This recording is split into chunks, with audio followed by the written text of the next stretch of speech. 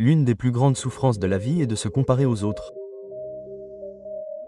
On se demande souvent pourquoi elle a autant de succès et pas moi. Mais on n'essaie pas de comprendre. Son chemin et le mien ne sont pas les mêmes. Rappelez-vous, si un poisson veut voler comme un oiseau, il passera toute sa vie à penser qu'il n'est pas assez bon, même s'il peut traverser tout l'océan à la nage. De nos jours, à cause des médias sociaux, cette habitude de se comparer est devenue encore pire.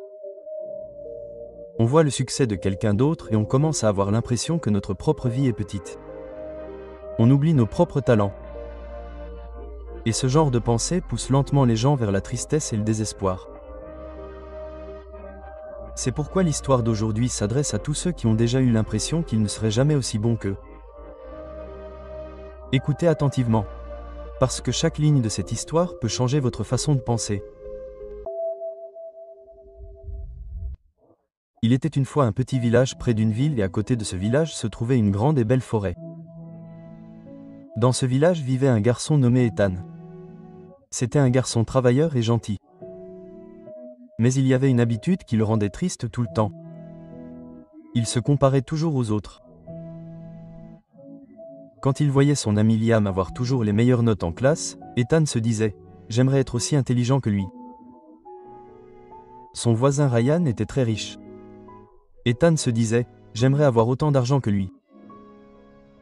Même s'il voyait quelqu'un courir vite, il se demandait « Pourquoi je n'arrive pas à courir aussi vite ?» Ces pensées rendaient Ethan de plus en plus malheureux. Il n'arrivait pas à se concentrer sur ses études. Il n'aimait rien faire. Il se disait tout le temps « Je ne serai jamais comme eux ». Un jour, un vieil homme sage est venu au village. Tout le monde l'appelait Grand-Père Joe. Il donnait toujours de bons conseils et les gens adoraient l'écouter. Ethan s'est approché de lui et lui a dit « Grand-père, je travaille très dur, mais quand je vois quelqu'un faire mieux que moi, je suis vraiment triste. J'ai l'impression que je ne serai jamais comme eux. » Grand-Père Joe a souri et lui a dit « Viens demain matin au plus vieil arbre du village. Tu y trouveras toutes tes réponses. » Le lendemain matin, Ethan se rendit à l'arbre. Grand-Père Joe l'attendait déjà. Il dit « Regarde attentivement autour de toi. Que vois-tu » Ethan regarda autour de lui et dit « Grand-père, il y a tellement d'arbres différents. Certains sont grands, d'autres sont petits, certains ont beaucoup de fruits et d'autres n'en ont pas. » Grand-Père Joe sourit et dit « Maintenant, imagine si ce pommier se comparait au cocotier et disait « Pourquoi suis-je si petit ?»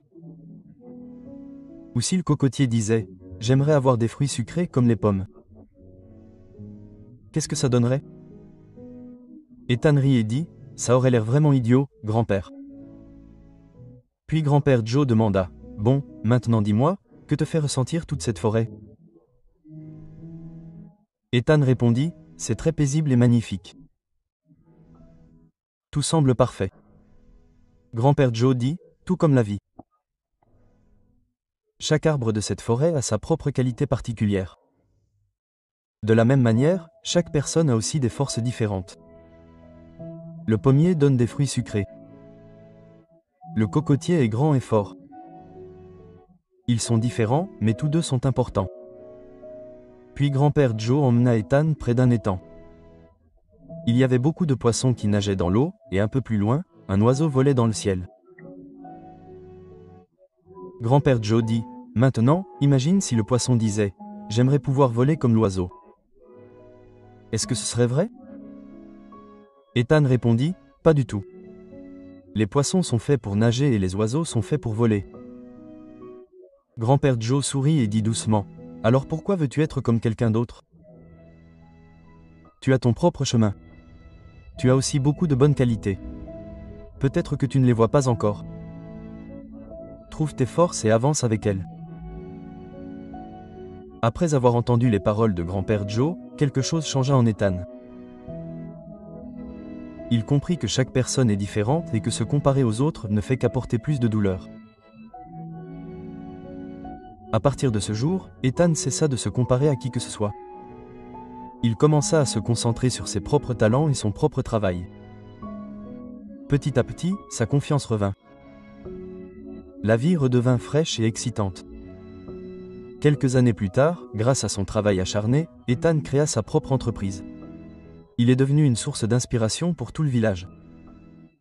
Chaque fois que quelqu'un lui demandait « Comment as-tu réussi à réussir ?»,